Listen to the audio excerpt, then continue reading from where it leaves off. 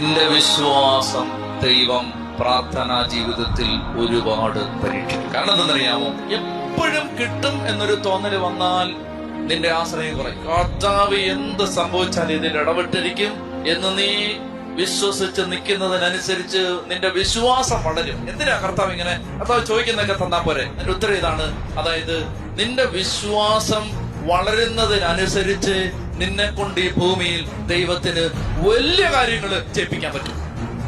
അതുകൊണ്ടാണ്. അല്ലെങ്കിൽ നിനക്ക് ചോദിക്കുന്നതെല്ലാം തന്നെ വിട്ടനെ. മനസ്സിലായോ? അതായത് നിന്റെ വിശ്വാസം വളരുന്നതിനനുസരിച്ച് നിന്നെ കൊണ്ട് ഇപ്പൊ ഈ ചോട്ട കാര്യങ്ങളല്ലേ ചെയ്തോണ്ടിരിക്കുന്നത്. ഇപ്പൊ നിന്നെ ഈ മുറ്റത്ത് നിർത്തിയിരിക്കുന്നതിന്റെ കാരണം നീ നിന്ന് ഇത് വാങ്ങിക്കുമ്പോ നാളെ നീ നിന്ന് ലോകത്താരും വാങ്ങിച്ചിട്ടില്ലാത്തത് അവന്റെ ഇത് വാങ്ങിക്കും.